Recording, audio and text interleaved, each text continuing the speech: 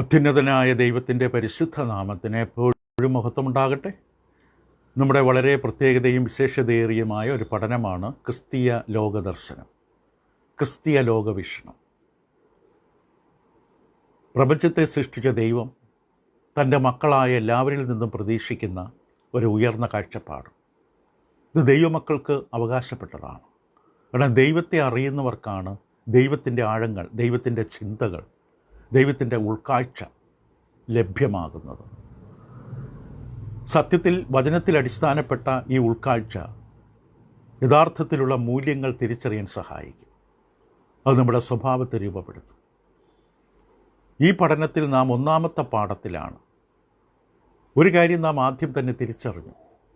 നാം ഇപ്പോൾ നിൽക്കുന്ന ഭൂമി അമ്പരചുംബികളായ കെട്ടിടങ്ങളും സൗധങ്ങളും ഉയർന്നു നിൽക്കുന്ന ഭൂമിയാണെങ്കിൽ പോലും ഈ ഭൂമി നാശത്തിലേക്ക് പോയിക്കൊണ്ടിരിക്കുകയാണ്. ഇത് നശിക്കുന്നതിനുള്ള, അതിനുവേണ്ടി മാറ്റപ്പെട്ട ഒരു സ്ഥലമാണ്. ഇവിടെയാണ് ദൈവമക്കൾ ആയ നാം വസിക്കുന്നത്. ദൈവത്തെ അറിഞ്ഞു വീണ്ടും ജനിച്ചവരാണെങ്കിലും നാം ആയിരിക്കുന്നത് ഈ ഭൂമുഖത്ത് തന്നെയാണ്. അപ്പം അതുകൊണ്ട് ആദ്യം നാം എവിടേക്ക് പോകുന്നു, നമ്മുടെ നിത്യമായ ലക്ഷ്യത്തെക്കുറിച്ച് നമ്മൾ തിരിച്ചറിയുന്നതോടൊപ്പം അത് കൂടുതലായിട്ട് നമ്മൾ മുന്നോട്ടുള്ള പഠനങ്ങൾ വിശദമാക്കും. ആദ്യം നാം എവിടെയാണ് എന്ന് ബോധ്യപ്പെടണം. അനേകരുടെ ധാരണ ഭൂമി ഇങ്ങനെ ആയിരക്കണക്കിന് കോടാനുകോടി വർഷങ്ങളിൽ നിലനിൽക്കുമെന്നാണ്. കാരണം യാതൊരു അടിസ്ഥാനവുമില്ലാത്ത പല കാര്യങ്ങൾ പ്രസ്താവിക്കുന്ന പരിണാമവാദികൾ അവർ നൽകി തന്നിരിക്കുന്ന അഭിപ്രായമാണ് കോടാനുകോടി വർഷങ്ങൾ നിലനിൽക്കുന്നതാണ് ഭൂമിയെന്നും ഇത് അങ്ങനെ തന്നെ തുടരും, കോടിക്കണക്കിന് വർഷങ്ങൾ തുടരും, ഒരു മാറ്റവും ഭൂമിക്ക് സംഭവിക്കില്ല എന്നുള്ള കള്ളം ലോകത്തെ പറഞ്ഞ് കേൾപ്പിച്ചുകൊണ്ടിരിക്കുന്നു. പക്ഷെ സൃഷ്ടാവായ ദൈവം, ഏകസത്യ ജീവനുള്ള ദൈവം, സകലത്തിൻ്റെ സത്യം വെളിപ്പെടുത്തുന്ന ദൈവം തൻ്റെ വിശുദ്ധ വചനത്തിലൂടെ ഈ പ്രപഞ്ചത്തെക്കുറിച്ച്, ലോകത്തെക്കുറിച്ചുള്ള സത്യം വെളിപ്പെടുത്തി. ദൈവമാണ് പ്രപഞ്ചത്തെ സൃഷ്ടിച്ചത്. ഉൽപ്പത്തി പുസ്തകത്തിൻ്റെ ആദ്യത്തെ വാക്യം അങ്ങനെ ആരംഭിച്ചു. ദൈവം ആകാശത്തെയും ഭൂമിയെയും സൃഷ്ടിച്ചു. ആദിയിൽ ദൈവം ആകാശവും ഭൂമിയും സൃഷ്ടിച്ചു. ദൈവം സൃഷ്ടിച്ചതാണ് ഭൂമി, താനെ ഉളവായതല്ല. സൃഷ്ടിച്ചതെല്ലാം ഒരിക്കൽ അവസാനിക്കും. അങ്ങനെ സൃഷ്ടിക്കപ്പെട്ട ഭൂമിയിലാണ് നാം വസിക്കുന്നത്. മനുഷ്യവാസത്തിന് വേണ്ടിയാണ് സൃഷ്ടിച്ചത്. ആ സൃഷ്ടിച്ച ഭൂമിയിൽ രണ്ട് തരം നിയമങ്ങൾ വെച്ച്, ഒന്ന് ഭൗതിക നിയമം, ഭൂമി സൃഷ്ടിക്കപ്പെട്ട ഭൂമിയുടെയും അന്തരീക്ഷത്തിൻ്റെയും സൗരയൂഥങ്ങളുടെയും ആകാശത്തിലെ നക്ഷത്രങ്ങളും ഗ്രഹങ്ങളും സൂര്യനും തുടങ്ങിയ എല്ലാവിധമായ അഖിലാണ്ടത്തിൻ്റെ എല്ലാ വസ്തുക്കളും സൃഷ്ടിക്കപ്പെട്ട സകലതും, സകല നക്ഷത്രക്കൂട്ടങ്ങളും സമൂഹങ്ങളും, നമുക്ക് പോലും ഉൾക്കൊള്ളാൻ കഴിയാത്ത പ്രപഞ്ചത്തിലെ മറ്റ് രഹസ്യങ്ങൾ ഉൾപ്പെടെയുള്ള ആ വലിയ മണ്ഡലം, ഇവയുടെ എല്ലാം യഥാർത്ഥമായ പ്രവർത്തനത്തിന് വേണ്ട ഭൗതിക നിയമവും ദൈവം വെച്ച്. എങ്കിൽ മാത്രമേ ഭൂമിക്ക് നിലനിൽക്കാൻ പറ്റുകയുള്ളൂ. അത് ലംഘിച്ചാൽ അതിൻ്റെ ഭവിഷ്യത്തുണ്ടാകും. രണ്ടാമത്, ഈ ഭൂമി മനുഷ്യന് വേണ്ടിയാണ്. മനുഷ്യന് വേണ്ടി സൃഷ്ടിക്കപ്പെട്ട ഭൂമിയിൽ മനുഷ്യൻ്റെ ബന്ധം, പരസ്പരമുള്ള ബന്ധം, കാരണം മനുഷ്യൻ ഏകനല്ല. ആദ്യം തന്നെ ദൈവം പറഞ്ഞൊരു വിഷയമാണ്, മനുഷ്യൻ ഏകനായിരിക്കുന്നത് നന്നല്ല. അവന് കൂട്ടിൽ തുണയെ കൊടുത്തു, അവരുടെ സന്തതി പരമ്പരകളുണ്ടായി, ദൈവം അവരെ അനുഗ്രഹിച്ചു, ഭൂമി മുഴുവൻ നിറയാനായിട്ട് ആവശ്യപ്പെട്ടു. അപ്പോൾ ഇങ്ങനെ മനുഷ്യൻ നിറയുമ്പോൾ ഈ പരസ്പരമുള്ള ബന്ധങ്ങളും സൂക്ഷിക്കേണ്ടതായി വരും. അവിടെ ദൈവം ധാർമ്മിക സദാചാര നിയമങ്ങൾ കൊടുത്തു. കാരണം മനുഷ്യൻ്റെ പരസ്പരമുള്ള ബന്ധത്തിന് സഹായകരമായി. അതോടൊപ്പം നാം കണ്ട മറ്റൊരു കാര്യം, ദൈവം മനുഷ്യരെ സൃഷ്ടിച്ച വിധം എങ്ങനെയായിരുന്നു. അത് വളരെ അനുഗ്രഹീതമായൊരു സത്യമാണ്. ദൈവം മനുഷ്യരെ സൃഷ്ടിച്ചപ്പോൾ സ്വതന്ത്രമായി ധാർമ്മികമായി തീരുമാനമെടുക്കാനുള്ള പ്രാപ്തി, ഓരോ മനുഷ്യനും സ്വതന്ത്രമായി അവന് തീരുമാനമെടുക്കാനുള്ള കഴിവ് ദൈവം വെച്ച്. പാവയല്ല, യന്ത്രമനുഷ്യനല്ല, ഒരു കളിപ്പാട്ടമല്ല, മറ്റൊരു ശക്തി കൊണ്ട്, ബാറ്ററി കൊണ്ട് പ്രവർത്തിച്ച് സ്വിച്ച് ഇടുമ്പോൾ ഓണാവുകയും സ്വിച്ച് ഓഫ് ചെയ്യുമ്പോൾ അവസാനിക്കുകയും ചെയ്യുന്ന, പ്രവർത്തനം നിലയ്ക്കുന്ന ഒരു കളിപ്പാട്ടമല്ല. സ്വതന്ത്രമായി തീരുമാനിക്കാം. കാണുന്നതും കേൾക്കുന്നതും അറിയുന്നതുമായ കാര്യങ്ങളുടെ അടിസ്ഥാനത്തിൽ തീരുമാനങ്ങൾ എടുക്കാം. അതിനുള്ള കഴിവ് ദൈവം മനുഷ്യന് കൊടുത്തു. അത് വളരെ അനുഗ്രഹമാണ്. ഇപ്പോൾ ഈ സൃഷ്ടിയെയും മനുഷ്യരെയും തമ്മിലുള്ള ബന്ധം തിരിച്ചറിയാൻ ഇത് വളരെ ആവശ്യമാണ്. ഇപ്പോൾ ദൈവം മനുഷ്യനെ സൃഷ്ടിച്ചപ്പോൾ സ്വതന്ത്രമായി ഇഷ്ടം പോലെ സഞ്ചരിക്കാൻ വേണ്ടിയല്ല സൃഷ്ടിച്ചത്. അങ്ങനെയല്ല ദൈവം മനുഷ്യനെക്കുറിച്ച് ഉദ്ദേശിച്ചത്. കാരണം ഒറ്റയ്ക്ക് നിൽക്കുക, എനിക്കാരുടെ സഹായം വേണ്ട എന്ന ചിന്ത ദൈവീകമല്ല, സത്യത്തിൽ അടിസ്ഥാനപ്പെട്ടതല്ല. മനുഷ്യൻ സമൂഹജീവിയാണ്. ഈ ഭൂമിയും അപ്രകാരമാണ്. ഭൂമിയിൽ അതിൻ്റെ നിയമങ്ങളുണ്ട്. അത് നിലനിൽക്കുവാൻ പരസ്പരം ആശ്രയിച്ച് നിൽക്കുകയാണ്. ചെറിയ കീടങ്ങൾ അതിലും വലിയതൊക്കെ ആഹാരമാകും, അത് വേറെ ചിലതിന് ആഹാരമാകും. ആ ഒരു ഫുഡ് ചെയിനുണ്ട്, ആഹാര വ്യവസ്ഥയുണ്ട് ഭൂമിയിൽ. എല്ലാ കാര്യങ്ങളും ഒരു നിയമത്തിലാണ്. അതെല്ലാം പരസ്പരം ബന്ധിച്ച് നിൽക്കുകയാണ്. അപ്പോൾ ഈ ഭൂമി എന്ന സൃഷ്ടി പോലും മനുഷ്യൻ്റെ അസ്തിത്വത്തെ തിരിച്ചറിയുമ്പോഴാണ് മനസ്സിലാക്കാൻ പറ്റുന്നത്. ഈ ഭൂമി എന്തുകൊണ്ട് ഇപ്രകാരം മെനയപ്പെട്ടു എന്ന് മനസ്സിലാക്കണമെങ്കിൽ മനുഷ്യനെക്കുറിച്ച് മനസ്സിലാക്കണം. മനുഷ്യത ഇവിടെ വെച്ചിരിക്കുന്ന ഉദ്ദേശത്തെ മനസ്സിലാക്കണം. മനുഷ്യർ സ്വതന്ത്ര ചിന്താഗതിയും പ്രാപ്തിയും കഴിവുമുള്ളവനാണ്. അങ്ങനെയുള്ള മനുഷ്യന് ഈ ഭൂമിയെ കൂടാതെ ജീവിക്കാൻ പറ്റില്ല. ഭൂമി മാത്രമാണ് മനുഷ്യൻ്റെ ഏറ്റവും വാസയോഗ്യമായ സ്ഥലം. ചന്ദ്രനും സൂര്യനും മറ്റ് മെർക്കുറിയും മറ്റ് നക്ഷത്ര ഗ്രഹങ്ങളും ഒന്നുമല്ല. ഭൂമിയാണ് ദൈവം അതിനുവേണ്ടി പാകപ്പെടുത്തിയത്. അപ്പോൾ മനുഷ്യരെ കൂടാതെ ഭൂമിക്കൊരർത്ഥമില്ല. ഭൂമിയെ കൂടാതെ മനുഷ്യന് നിലനിൽപ്പുമില്ല. ഇപ്പോൾ പ്രപഞ്ചം ചില ഉദ്ദേശങ്ങൾക്ക് വേണ്ടി മാത്രം സൃഷ്ടിക്കപ്പെട്ടിരിക്കുന്നു എന്ന ആ വസ്തുത അല്ലെങ്കിൽ ആ വാദം ടെലിയോളജി എന്ന് പറയും, അല്ലെങ്കിൽ പരലോകശാസ്ത്രം. ഇതൊക്കെ മനസ്സിലാക്കണമെങ്കിൽ മനുഷ്യനെ സൃഷ്ടിച്ച ദൈവത്തിൻ്റെ ഉദ്ദേശം മനസ്സിലാക്കണം. ദൈവം എന്തിനു വേണ്ടിയാണ് മനുഷ്യനെ സൃഷ്ടിച്ചത്? അല്ല, ദൈവം സൃഷ്ടിച്ചതാണ് മനുഷ്യൻ. അത് വ്യക്തമാണ്. വചനം സത്യം, ദൈവത്തിൻ്റെ വചനമാകുന്ന സത്യം. അല്ല, എല്ലാത്തിനെയും കുറിച്ചുള്ള സത്യം വചനമാണ്, ദൈവം പറയുന്നതാണ്. സൃഷ്ടാവായി ദൈവത്തിന് മാത്രമേ അത് പറയാനുള്ള അധികാരമുള്ളൂ. ദൈവം പറയുന്നതാണ് സത്യം, മനുഷ്യർ പറയുന്നത് സത്യമല്ല. ദൈവം പറഞ്ഞതാണ് സത്യം. ഇങ്ങനെയുള്ള വിഷയങ്ങൾ, ആധ്യാത്മിക, ഇങ്ങനെ ധാർമ്മിക വിഷയങ്ങൾ ദൈവം വ്യക്തമായി പറഞ്ഞു മനുഷ്യനെ എന്തിനു വേണ്ടി സൃഷ്ടിച്ചു. അപ്പം മനുഷ്യനെക്കുറിച്ചുള്ള ദൈവ പദ്ധതി മനസ്സിലാക്കുവാൻ ഈ മനുഷ്യന് ലഭിച്ചിരിക്കുന്ന ഈ പ്രാപ്തി മനസ്സിലാക്കണം. എന്ത് പ്രാപ്തി? സ്വതന്ത്രമായി ധാർമ്മികമായി തീരുമാനമെടുക്കാനുള്ള പ്രാപ്തി, കഴിവ് ദൈവം വെച്ചതാണ്. അത് വചനത്തിൽ അതിനെക്കുറിച്ച് പറയുന്നത് മനസ്സിലാക്കണം. നമ്മുടെ തീരുമാനങ്ങളാണ് നമ്മുടെ നിത്യതയെ തീരുമാനിക്കാൻ പോകുന്നത്. നമ്മളെടുത്ത തീരുമാനങ്ങൾ, ആ തീരുമാനങ്ങൾ നമ്മുടെ നിത്യതയെ നിർണ്ണയിക്കും. അപ്പോൾ നാം ഈ തീരുമാനങ്ങൾ എടുക്കുവാൻ വേണ്ടി ഏറ്റവും ഉചിതമായൊരു സ്ഥലത്താണ് ദൈവം നമ്മെ ആക്കി വച്ചിരിക്കുന്നത്. മനുഷ്യന് അവൻ്റെ തീരുമാനങ്ങൾ എടുക്കുവാൻ, അത് നടപ്പിലാക്കാൻ അതിന് ഏറ്റവും അനുകൂലമായ സാഹചര്യം, അത് ഏതും തോട്ടം മുതൽ നമുക്ക് കാണാം. ഏറ്റവും അനുകൂലമായൊരു സാഹചര്യം അവന് തീരുമാനങ്ങൾ എടുത്ത്, ആ തീരുമാനങ്ങൾ ദൈവത്തിൻ്റെ മുമ്പിലുള്ള തീരുമാനങ്ങളുടെ അനുഗ്രഹവും അനുഭവിച്ച് ജീവിക്കുവാൻ ഏറ്റവും അനുഗ്രഹിക്കപ്പെട്ട ഒരു സ്ഥലം, അവിടെയാണ് ദൈവം മനുഷ്യനെ വെച്ചത്. മറക്കരുത്, നമ്മുടെ തീരുമാനങ്ങൾക്ക് നിത്യമായ ഭവിഷ്യത്തുണ്ട്. നമ്മൾ എടുക്കുന്ന എല്ലാ തീരുമാനങ്ങൾക്കും അനന്തര ഫലമുണ്ട്. തീരുമാനത്തിൽ തന്നെ നിൽക്കില്ല. അപ്പോൾ നാം ആയിരിക്കുന്ന ഈ പ്രതലത്തെ മനസ്സിലാക്കുവാൻ, അതായത് തീരുമാനമെടുക്കാൻ സഹായകരമായ ഈ പ്രതലത്തെ മനസ്സിലാക്കുമ്പോൾ നാം നമ്മുടെ ഈ കഴിവിനെ മനസ്സിലാക്കും. എബ്രായർക്കെതിരെ ലേഖനം 9-ാം അധ്യായത്തിൻ്റെ 27-ാം വാക്യത്തിൽ എബ്രായ എഴുത്തുകാരൻ ഇങ്ങനെ ഒരു സത്യം വെളിപ്പെടുത്തും. എബ്രായർ 9:27, ഒരിക്കൽ മരിക്കുകയും പിന്നെ ന്യായവിധിയും മനുഷ്യർക്ക് നിയമിച്ചിരിക്കയാൽ ക്രിസ്തുവും അങ്ങനെ തന്നെ അനേക പാപങ്ങളെ ചുമപ്പാൻ ഒരിക്കൽ അർപ്പിക്കപ്പെട്ടിട്ട് തനിക്കായി കാത്തു നിൽക്കുന്നവരുടെ രക്ഷയ്ക്കായി അവൻ പാപം കൂടാതെ രണ്ടാമത് പ്രത്യക്ഷനാകും. ആദ്യത്തെ ഭാഗം മാത്രമാണ് നമ്മൾ ചിന്ത. ഒരിക്കൽ മരിക്കുകയും പിന്നെ ന്യായവിധിയും മനുഷ്യർക്ക് നിയമിച്ചിരിക്കുന്നു. ഇംഗ്ലീഷിൽ അപ്പോയിൻറ്റഡ്. ഒരിക്കൽ മരിക്കുക, പിന്നെ വരാൻ പോകുന്നത് ന്യായവിധിയാണ്. അപ്പോൾ ന്യായവിധി എന്നൊരു വസ്തുത, എന്നൊരു യാഥാർത്ഥ്യം, അത് സംഭവിക്കാത്തൊരു സ്വപ്നമല്ല, ഒരു മനുഷ്യൻ്റെ ചിന്തയല്ല, അത് വാസ്തവമാണ്. ന്യായവിധി എന്ന വാസ്തവം അത് നിത്യനായ ഒരു അസ്തിത്വത്തിൻ്റെ മുമ്പിൽ, അഥവാ നിത്യനായ ദൈവത്തിൻ്റെ മുമ്പിൽ ഒരു ന്യായവിധിക്ക് പോയി നിൽക്കേണ്ടി വരും എന്നുള്ളത് തന്നെ വ്യക്തമായി കാണിച്ചു തരുന്നു. അങ്ങനെയാണെങ്കിൽ മനുഷ്യന് സ്വതന്ത്രമായി തീരുമാനമെടുക്കാനുള്ള കഴിവുണ്ടാകണം. അല്ലെങ്കിൽ പിന്നെ എന്തടിസ്ഥാനത്തിൽ ദൈവം നമ്മളെ വിധിക്കും? എൻ്റെ തീരുമാനങ്ങൾ ദൈവം പരിശോധിക്കണമെങ്കിൽ എനിക്കതിനുള്ള കഴിവുണ്ടാകണം. എനിക്ക് സ്വതന്ത്രമായി തീരുമാനങ്ങൾ എടുക്കാൻ കഴിവുണ്ടാകണം. എൻ്റെ ചില തീരുമാനങ്ങൾ തെറ്റായി പോയിട്ടുണ്ടാകാം.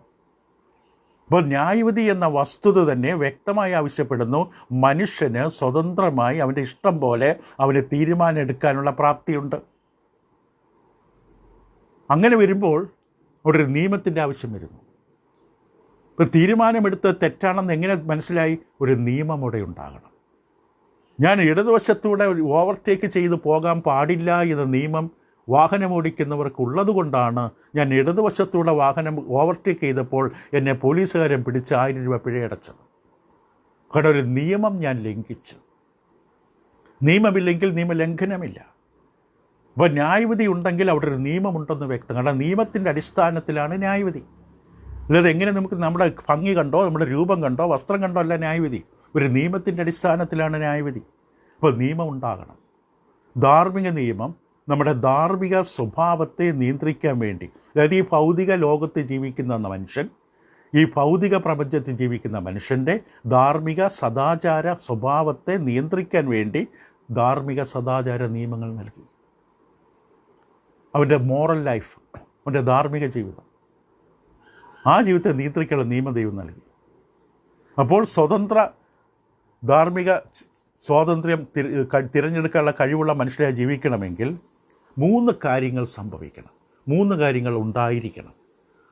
എനിക്ക് സ്വതന്ത്രമായി തീരുമാനമെടുക്കാൻ കഴിയണമെങ്കിൽ, എനിക്ക് എൻ്റെ ഇഷ്ടം പോലെ തീരുമാനമെടുക്കാൻ കഴിയണമെങ്കിൽ 3 കാര്യങ്ങൾ എടുക്കണം. നമ്മൾ എല്ലാ മനുഷ്യർക്കും കഴിവുണ്ട്, പക്ഷെ അത് നമുക്കത് വിശദീകരിക്കാം. എങ്ങനെയാണ് 3 കാര്യങ്ങൾ സംഭവിക്കണം? ഒന്ന്, നമ്മൾ ജീവിക്കുന്ന പ്രതലം ഈ തീരുമാനമെടുക്കാൻ എന്നെ സഹായിക്കുന്ന പ്രതലമായിരിക്കണം. അതായത് അന്തരീക്ഷമായിരിക്കണം. ഞാൻ ജീവിക്കുന്ന അന്തരീക്ഷം എനിക്ക് സ്വതന്ത്രമായി തീരുമാനമെടുക്കാനുള്ള സഹായം തരുന്ന അന്തരീക്ഷമായിരിക്കണം. അപ്പോൾ ഞാൻ എങ്കിൽ മാത്രമേ വാസ്തവത്തിൽ സ്വതന്ത്രനാകാൻ പറ്റൂ. എൻ്റെ രണ്ട് കണ്ണും ഇങ്ങനെ കുതിരയുടെ കണ്ണ് പോലെ 2 വശത്തും ഇങ്ങനെ ഒരു പലക വെച്ചോ അല്ലെങ്കിൽ തുകൽ വെച്ചോ ഇങ്ങനെ കെട്ടി മറച്ചാൽ എനിക്ക് സ്വാതന്ത്ര്യമില്ല.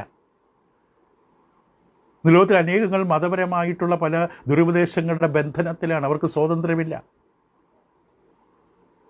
അപ്പോൾ എനിക്ക് സ്വതന്ത്രനാകണമെന്നുണ്ടെങ്കിൽ ഞാൻ ജീവിക്കുന്ന പ്രതലം സ്വതന്ത്രമായി തീരുമാനമെടുക്കാൻ എനിക്ക് അനുകൂലമായിരിക്കണം. നമുക്കറിയാം, മനുഷ്യർക്ക് ഭൗതിക നിയമങ്ങൾ ലംഘിക്കാൻ ഇടവരാറുണ്ട്, ലംഘിക്കാറുമുണ്ട്. ലംഘിക്കുക മാത്രമല്ല, അതിൻ്റെ ഭവിഷ്യത്ത് അനുഭവിക്കാറുമുണ്ട്. 4 നില കെട്ടിടത്തിൻ്റെ മുകളിൽ നിന്ന് എടുത്തു ചാടിയപ്പോൾ എന്ത് സംഭവിച്ചു?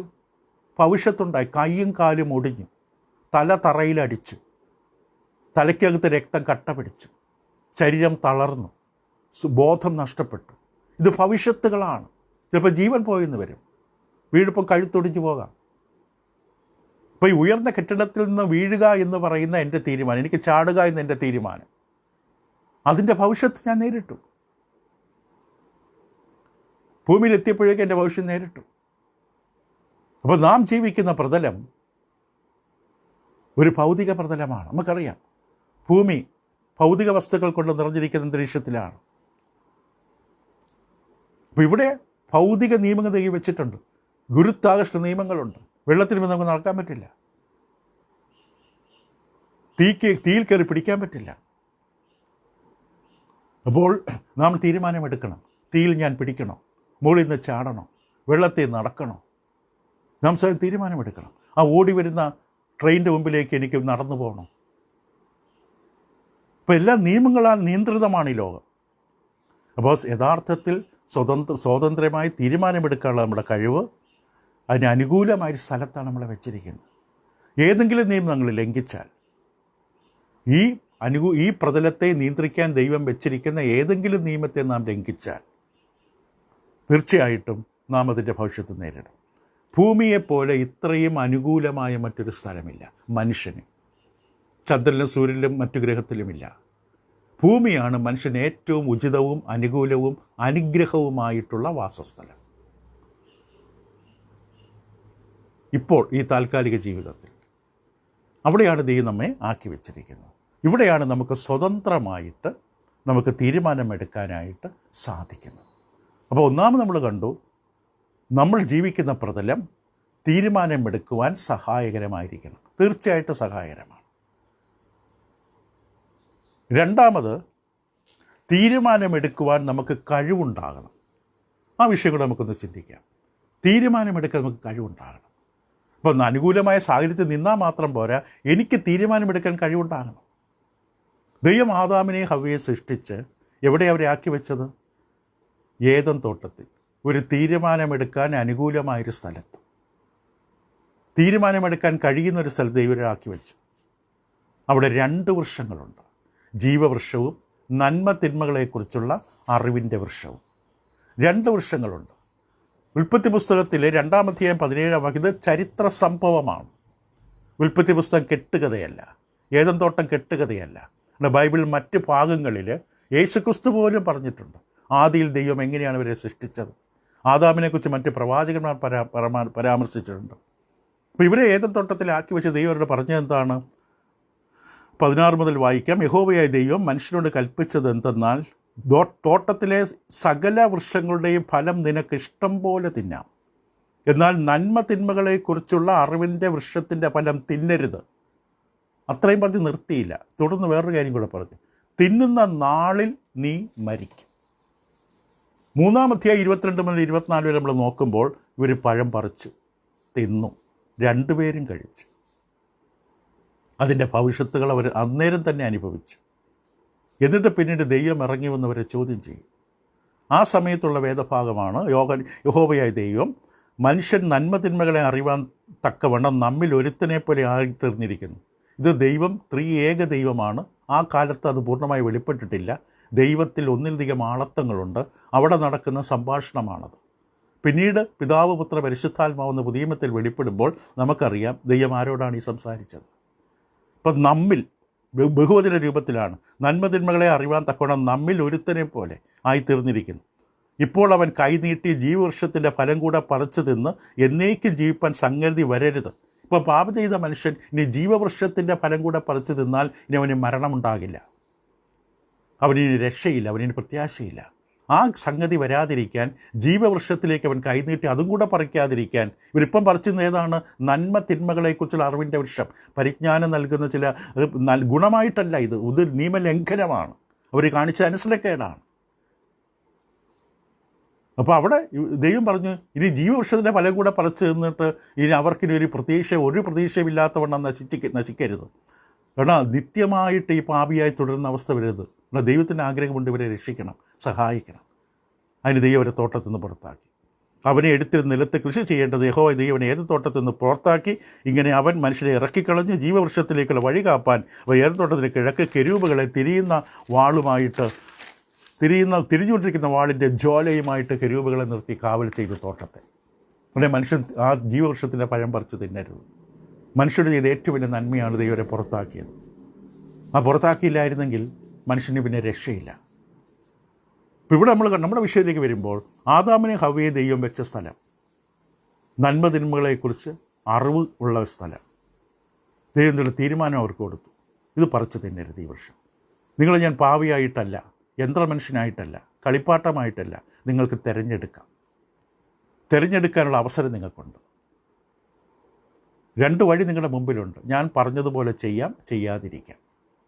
നിങ്ങൾ തിരഞ്ഞെടുക്കണം, നിങ്ങളൊരു തീരുമാനമെടുക്കണം.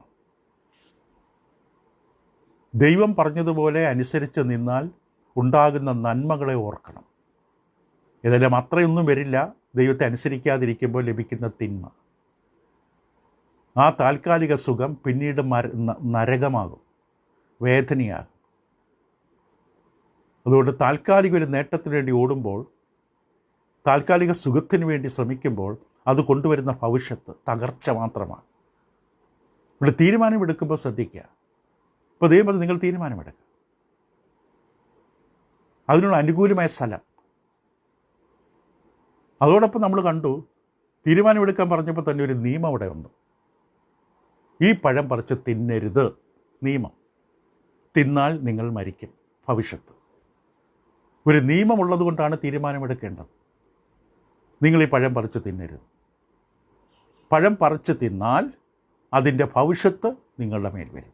ആർക്കും തടയാൻ പറ്റില്ല. നാം എടുക്കുന്ന തീരുമാനത്തിൻ്റെ ഫലമായി നാം ഒരു കർമ്മം ചെയ്യുമ്പോൾ, നാം ഒരാളോട് മോശമായി സംസാരിച്ചാൽ അതിനൊരു ഭവിഷ്യത്തുണ്ടാകും. ആ വ്യക്തി നമ്മളിൽ നിന്ന് അകലും. ആ വ്യക്തിയുടെ ഹൃദയം മുറിയും, നമ്മളിലുള്ള വിശ്വാസം തകരും, സ്നേഹമുലയും. എല്ലാ തിന്മകൾക്കും ഭവിഷ്യത്തുണ്ട്. ചിലപ്പോൾ ഒരു സോറി പറഞ്ഞാൽ തീരില്ല. പക്ഷെ അത് സത്യസന്ധമായി ദൈവസന്നിധിയിൽ ആത്മാർത്ഥമായ മാനസാന്തരമാണെങ്കിൽ ദൈവം ക്ഷമിച്ച് പുനഃസ്ഥാപിക്കും. പലരും തൽക്കാലം ഒരു വാക്ക് സോറി പറഞ്ഞ് ഉള്ളിൽ പക്ഷേ രൂപാന്തരമില്ല. ഇവിടെ ആദാം പറിച്ചു തിന്നു. ആദാം പറിച്ച് തിന്നാൽ എന്ത് സംഭവിക്കും? നിങ്ങൾ തിന്നുന്ന നാളിൽ ആദാം 930 വർഷം വരെ ജീവിച്ചു, ശരിയാണ്. അപ്പോൾ ദൈവം പറഞ്ഞത് കള്ളമെന്നല്ല. ഒരു മരണം ആ നിമിഷം സംഭവിച്ചു. മരണമെന്ന വാക്ക് വേർപാടെന്നാണ്. അവനെക്കുറിച്ചൊക്കെ പഠിക്കും നമ്മൾ ഈ വിഷയങ്ങളിൽ. അപ്പോൾ നിയമലംഘനത്തിൻ്റെ ഭവിഷ്യത്തോടെ അനുഭവിച്ചേ പറ്റൂ. അപ്പം പ്രതലമൊരുക്കി, അന്തരീക്ഷമൊരുക്കി ദൈവം ആ ഒരു നിയമം അവർക്ക് കൊടുത്തു. പ്രകൃതി നിയമങ്ങൾ അവർക്ക് കൊടുത്തു. ആ പ്രകൃതിയെ മനോഹരമായി പരിപാലിച്ച് നടത്താൻ. എന്നിട്ട് ആ തോട്ടത്തിലാക്കി വെച്ചു. ധാർമ്മിക നിയമവും കൊടുത്തു. ദൈവത്തെ അനുസരിക്കുന്നത് ധാർമ്മിക നിയമമാണ്, സദാചാരമായി ധാർമ്മികമായ നിയമമാണ്. ഭൂമി അവർ നനയ്ക്കുക, മറ്റു കാര്യങ്ങൾ ക്രമീകരിക്കുക, സൂക്ഷിക്കുക എന്നുള്ളതൊക്കെ ഭൗതിക നിയമങ്ങളാണ്. ഇത് ധാർമ്മിക നിയമമാണ്. ഈ കൽപ്പന, ഈ തോട്ടത്തിൽ നിൽക്കുന്ന ഈ വൃക്ഷത്തിൻ്റെ ഫലം പറിച്ച് തിന്നരുത്, കാരണം എൻ്റെ കൽപ്പന അനുസരിച്ച് എന്നോട് വിധേയപ്പെട്ട് നിൽക്കുക എന്നുള്ളതാണ് നിങ്ങളുടെ പ്രഥമമായിട്ടുള്ള ഉത്തരവാദിത്വം. അതാണ് ധാർമ്മികമായ കൽപ്പന. ആദാമിനിപ്പോൾ തീരുമാനമെടുക്കാം. ദൈവം പറഞ്ഞതുപോലെ ചെയ്യണോ ചെയ്യാതിരിക്കണോ? നാം എല്ലാവരും ഇന്നും ജീവിക്കുന്നത് ആദാമിനെ പോലെ തീരുമാനമെടുക്കാൻ കഴിയുന്ന ഇടത്താണ്. നിങ്ങൾക്ക് തീരുമാനമെടുക്കാൻ ഞാൻ ഇനി ബൈബിൾ വായിക്കില്ല, അല്ലെങ്കിൽ തീരുമാനമെടുക്കാം മറ്റെന്ത് ജോലി മാറ്റിവെച്ചിട്ടാണെങ്കിലും ദിവസവും രാവിലെ ഞാൻ വചനം കേൾക്കും. രാവിലെ എഴുന്നേറ്റ് ഞാൻ കൃത്യമായി ഇന്ന സമയത്ത് എഴുന്നേറ്റ് പ്രാർത്ഥനയോടുകൂടി 10 മിനിറ്റ് 25 മിനിറ്റ് അരമണിക്കൂർ പ്രാർത്ഥനയിൽ ചെലവിടും. തീരുമാനമാണ്. അതിന് കഴിയുന്നൊരു സ്ഥലത്ത് തന്നെയാണ് നമ്മളായിരിക്കുന്നത്. നമുക്ക് തീരുമാനമെടുക്കാൻ എല്ലാ അവസരങ്ങളുമുണ്ട്. എല്ലാ ദിവസവും നമ്മൾ തീരുമാനമെടുക്കണം. നമ്മുടെ തീരുമാനമാണ് നമ്മുടെ ജീവിതം. മാത്രമല്ല നമ്മൾ രണ്ടാമത് കണ്ട് തീരുമാനമെടുക്കുമ്പോൾ കഴിവുണ്ടാകണം. തീർച്ചയായും കഴിവുണ്ട്. ആഗ്രഹമുള്ളവർക്ക് വഴി കണ്ടെത്തും. തീരുമാനമെടുക്കാനുള്ള കഴിവ് നമുക്ക് തന്നിട്ടുണ്ട്. അപ്പോൾ ഈ തീരുമാനമെടുക്കുന്ന ഒരു പദവിയാണ്. ഈ പദവി നമ്മൾ ഉപയോഗിക്കണം. യോശുവ ഇസ്രായേൽ ജനത്തോട് വിളിച്ചു പറഞ്ഞത് ഇങ്ങനെയാണ്. യോശുവയുടെ പുസ്തകം 24-ാം അധ്യായം അതിൻ്റെ 15-ാം വാക്യത്തിൽ യോശുവ ഇസ്രായേൽ ജനത്തോട് ഇങ്ങനെ പറഞ്ഞു. ഇസ്രായേൽ ജനത്തെ നയിച്ചുകൊണ്ട് കനാൻ നാട്ടിലേക്ക് നടക്കുന്ന യോശുവ അവരോട് പറഞ്ഞത് ഇങ്ങനെയാണ്: യഹോവയെ സേവിക്കുന്നത് നന്നല്ലെന്ന് നിങ്ങൾക്ക് തോന്നുന്നുവെങ്കിൽ, നദിക്കക്കരെ വെച്ച് നിങ്ങളുടെ പിതാക്കന്മാരെ സേവിച്ച ദേവന്മാരെയോ നിങ്ങൾ പാർത്തുവരുന്ന ദേശത്തിലെ അമ്മോനിയരുടെ ദേവന്മാരെയോ ആരെ സേവിക്കുമെന്ന് ഇന്ന് തിരഞ്ഞെടുത്തുകൊള്ളുവീൻ. ഞാനും എൻ്റെ കുടുംബമോ ഞങ്ങൾ യഹോവയെ സേവിക്കും. ദൈവത്തെ അനുസരിക്കുന്നതിനും സ്നേഹിക്കുന്നതിനും സേവിക്കുന്നതിനും ആരാധിക്കുന്നതും കൊണ്ടും പ്രയോജനമൊന്നുമില്ല എന്നാണ് നിങ്ങൾ ചിന്തിക്കുന്നതെങ്കിൽ നിങ്ങൾ വിഗ്രഹത്തിൻ്റെ പിന്നാലെ പോവുക തന്നെ ചെയ്യും. അതോ വിഗ്രഹത്തിന് പിന്നാലെ പോകണോ, നിങ്ങളെ വഴി നടത്തി ചെങ്കടൽ കീറിമുറിച്ച് അത്ഭുതകരമായി പരിപാലിച്ച് ചുമന്ന ദൈവത്തെ സേവിക്കണോ സ്നേഹിക്കണോ എന്ന് നിങ്ങൾ തീരുമാനിക്കും. അപ്പോൾ ദൈവം നിർബന്ധമായി നമ്മുടെ ഉള്ളിൽ നിർബന്ധം ചെലുത്തി ദൈവത്തെ സ്നേഹിക്കാൻ നമ്മെ പ്രേരിപ്പിക്കുന്നില്ല. നമ്മുടെ തീരുമാനമാണ്. നമ്മുടെ ആത്മീയ ജീവിതം സംരക്ഷിക്കണമെന്നുള്ള നമ്മുടെ ആഗ്രഹത്തിൽ നിന്നാണ് ഈ തീരുമാനങ്ങൾ വന്നത്. എന്തു വന്നാലും ഞാൻ ദൈവത്തെ സ്നേഹിക്കും, ആരാധിക്കും, ദൈവമക്കളുടെ കൂട്ടായ്മ മുടക്കില്ല. യെശയ്യാപ്രവാചകൻ്റെ പുസ്തകം 7-ാം അധ്യായത്തിൻ്റെ 15-ാം വാക്യത്തിൽ യെശയ്യാപ്രവാചകൻ ഇപ്രകാരമാണ് പറഞ്ഞത്. യെശയ്യാ 7:15. ഇവിടെ നമുക്കിങ്ങനെ വായിക്കാൻ കഴിയും. യെശയ്യാപ്രവാചകൻ പറഞ്ഞത്: തിന്മ തള്ളി നന്മ തിരഞ്ഞെടുപ്പാൻ പ്രായമാകും വരെ അവൻ തൈരും തേനും കൊണ്ട് ഉപജീവിക്കും. തിന്മ തള്ളി നന്മ തിരഞ്ഞെടുക്കുക. ഇപ്പോൾ അത് തീരുമാനമാണ്. എനിക്കിത് വേണ്ട, എനിക്ക് ഇത്രയും ആഹാരം വേണ്ട, എനിക്ക് ആരാധനയ്ക്ക് പോകുമ്പോൾ ഈ ടീഷർട്ട് എനിക്ക് വേണ്ട, കോളറൊന്നുമില്ലാത്ത ശരീരഭാഗങ്ങൾ പ്രദർശിപ്പിക്കുന്ന തരത്തിൽ ഞാൻ വസ്ത്രധാരണം ചെയ്യില്ല, ഞാൻ കൃത്യമായ സമയത്ത് ചെല്ലും. വഴിയിൽ മറ്റെങ്കിലും അപ്രതീക്ഷിത തടസ്സങ്ങളുണ്ടാകാം, പക്ഷെ എനിക്കൊരു തീരുമാനമുണ്ട്. ഇസ്രായേൽ ജനത്തോട് ദൈവം യോശുവ അല്ലെങ്കിൽ യെശയ്യാ പ്രവാചകനോട് അതാണ് പറഞ്ഞത്. അപ്പോൾ തീരുമാനമെടുക്കാനുള്ള കഴിവ്, അതോടൊപ്പം എന്താ വരുന്നതെന്നറിയാമോ? ഉത്തരവാദിത്വം. തീരുമാനമെടുക്കുന്ന കഴിവിനോടൊപ്പം ഒരു ഉത്തരവാദിത്വമുണ്ട്. എന്താണ് ഉത്തരവാദിത്വം? ഈ തീരുമാനത്തിൻ്റെ അനന്തരഫലം നാം അംഗീകരിക്കണം.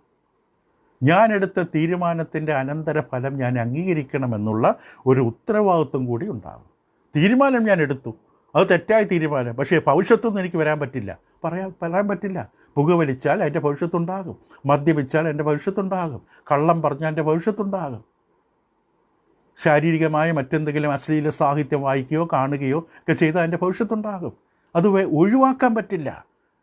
വിതയ്ക്കുന്നത് കൊയ്തേ പറ്റൂ. അത് നമ്മുടെ ജീവിതത്തിൽ വരിക തന്നെ ചെയ്യും. അപ്പോൾ നമുക്ക് സ്വതന്ത്രമായി ധാർമ്മികമായി കഴിവ് തന്നു, അതോടൊപ്പം ഉത്തരവാദിത്വമുണ്ട്. ഈ ഉത്തരവാദിത്വം നമ്മൾ സ്വീകരിക്കണം. നമ്മുടെ തിരഞ്ഞെടുപ്പിൻ്റെ ഉത്തരവാദിത്വങ്ങൾ. അതുകൊണ്ടാണ് നമ്മൾ ശരിയായ തീരുമാനമെടുക്കേണ്ടത്. ഈ ഇസ്രായേൽ ജനങ്ങളെ മുമ്പിൽ കൊണ്ട് നിർത്തിയിട്ട് പറഞ്ഞു, ജീവനും മരണം നിൻ്റെ മുമ്പിൽ വയ്ക്കുകയാണ്, ജീവൻ തിരഞ്ഞെടുത്തുകൊള്ളുക, അതല്ലയോ നല്ലത്. ദൈവം അങ്ങനെയും കൂടി പറഞ്ഞു തന്നു. തിരഞ്ഞെടുക്കാൻ ബുദ്ധിമുട്ടുണ്ടെങ്കിൽ ഞാൻ പറഞ്ഞുതരാം, ഇത് തിരഞ്ഞെടുക്കുക, ജീവൻ തിരഞ്ഞെടുക്കുക. ഞങ്ങൾ വേറെ എവിടെ പോകും? ദൈവത്തിൻ്റെ വചനങ്ങൾ നിൻ്റെ പക്കലാണ്, നിത്യജീവൻ്റെ വചനങ്ങൾ നിൻ്റെ പക്കലാണ്. നിന്നെ വിട്ട് ഞങ്ങൾ എവിടെ പോകും? തീരുമാനമെടുത്തു. ഇടുക്ക് വഴി വേണോ, വീതിയുള്ള വഴി വേണോ? എല്ലാവരും പോകുന്നു. അവിടെ ആൾക്കാർ ആരെപ്പോടെ 5-6 പേരേ ഉള്ളൂ. പക്ഷേ സത്യമുണ്ട്. ഇപ്പുറത്ത് 5000 പേരുണ്ട്. പക്ഷേ ദുരുപദേശമാണ്. ഞാൻ എവിടെ പോകും? അപ്പോൾ നാം തിരഞ്ഞെടുക്കുന്ന മുമ്പ് ശരിയാന്ന് തിരിച്ചറിയണം. നിത്യതയിലേക്ക് നമ്മളെ എത്തിക്കുന്നതാണോ ഞാൻ എടുക്കുന്ന തീരുമാനം? എൻ്റെ തീരുമാനങ്ങൾ എന്നെ നിത്യതയിൽ എത്തിക്കുന്നതായിരിക്കണം. എൻ്റെ ആത്മീയത്തെ വളർത്തുന്നതായിരിക്കണം. ദൈവത്തിന് മഹത്വം കിട്ടുന്നതായിരിക്കണം. അപ്പോൾ നമ്മൾ പറഞ്ഞ് ഉപസംഹരിക്കുമ്പോൾ, സ്വതന്ത്ര തീരുമാനമെടുക്കാനുള്ള കഴിവ് നമുക്ക് ഉണ്ടാകണമെങ്കിൽ അതിനെ സഹായിക്കുന്നൊരു അനുകൂലമായ കാലാവസ്ഥ, അന്തരീക്ഷം, പ്രതലമുണ്ടാകണം. അങ്ങനെ അനുകൂലമായ അന്തരീക്ഷത്തിൽ നമ്മൾ നിൽക്കുമ്പോൾ തീരുമാനമെടുക്കാൻ നമുക്ക് വേണ്ടത് കഴിവാണ്. തീരുമാനമെടുക്കാനുള്ള പ്രാപ്തി നമുക്ക് വേണം. നമ്മൾ നല്ല സ്ഥലത്താണ് നിൽക്കുന്നത്, പക്ഷേ തീരുമാനമെടുക്കാനുള്ള കഴിവില്ലെങ്കിൽ ആ സ്ഥലത്ത് നിന്നുകൊണ്ട് കാര്യമില്ല. ഇപ്പോൾ മനുഷ്യനെ സംബന്ധിച്ച് ദൈവം ആഗ്രഹിക്കുന്നത് മനുഷ്യൻ തീരുമാനമെടുക്കണം. വെറും തീരുമാനമെടുക്കണമെന്ന് മാത്രമല്ല, ശരിയായ തീരുമാനമെടുക്കണം. ഈ ശരിയായ തീരുമാനമെടുത്താൽ ഹൃദയം നമ്മളെ കുറ്റപ്പെടുത്തില്ല. ഇപ്പോൾ ദൈവം നമ്മോട് തീരുമാനമെടുക്കാൻ പറഞ്ഞിരിക്കുന്നത് എന്തുകൊണ്ടെന്ന് നമ്മൾ വ്യക്തമായി കാണാൻ സാധിക്കാണ്ട് ഒരു ന്യായവിധി വരുന്നു. ഒരു ന്യായവിധി വരുന്നു എന്നുള്ളത് കൊണ്ട് തന്നെ ഒരു കാര്യം വ്യക്തമാണ്, നാം ദൈവത്തിൽ പോയി നിൽക്കുകയും കണക്ക് പറയേണ്ടി വരികയും ചെയ്യും. നമ്മുടെ ജീവിതത്തെക്കുറിച്ച് കണക്ക് പറയേണ്ടി വരും.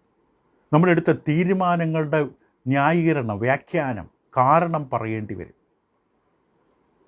കാരണം ഒരു ന്യായവിധി ഉണ്ടെന്നുള്ളത് വ്യക്തമാണ്. ഒരിക്കൽ മരിക്കുകയും പിന്നെ ന്യായവിധിയും മനുഷ്യർക്ക് നിയമിച്ചിരിക്കുകയാണ്. അപ്പോൾ ന്യായവിധി എന്നുള്ള വാസ്തവം, യാഥാർത്ഥ്യം തന്നെ വ്യക്തമായൊരു വസ്തുതയാണ്. മനുഷ്യന് സ്വതന്ത്രമായി ധാർമ്മികമായി തീരുമാനമെടുക്കാനുള്ള കഴിവുണ്ട്. അല്ലെങ്കിൽ പിന്നെ ദൈവം എങ്ങനെ ന്യായവിധിക്കും?